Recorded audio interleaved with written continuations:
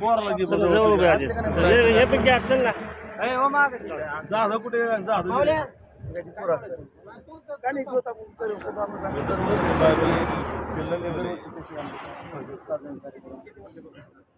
मी विचारतो प्रश्न बोला कुठून ज्योत आणली आज तुमचं नाव सांगा आधी.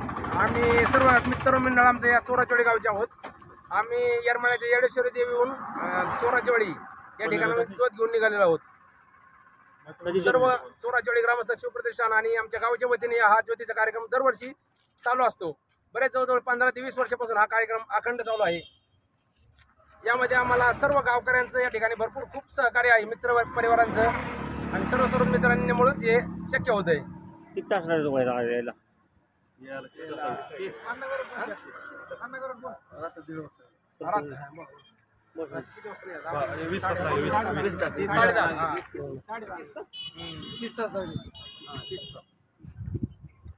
बोला.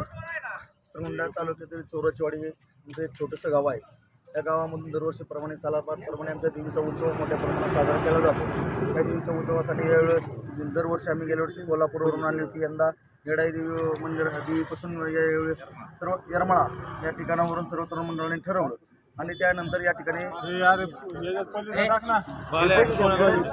आम्ही या ठिकाणी आज या रात्री आम्ही तिथून साधारणतः 12-12:30 वाजता या ठिकाणी निघालो होतो. परंतु आता 4-5 साधारण 5 वाजले आहेत मंदिरामध्ये आम्ही पोहोचलो आणि आम्ही एक अर्ध्या पाऊण तासामध्ये आमच्या गावामध्ये ज्या ठिकाणी ज्योत घेऊन जाणार त्या ठिकाणी आमच्या संपूर्ण गाव त्या ठिकाणी थांबलेलं असतं. आमच्या गावाची ही ज्योत गेल्यानंतर आमच्याकडे स्थापना देवीची होती. सर्व गावातील ग्रामस्थ आमच्या गावातील ज्योत गेल्यानंतर सर्व गट स्थापना होती आणि सर्व तरुण मंडळाचं या ठिकाणी आमच्या गावकऱ्यांचं सर्वांचं या ठिकाणी सर्व ज्योतीसाठी सर्वांचं सहकार्य असतं.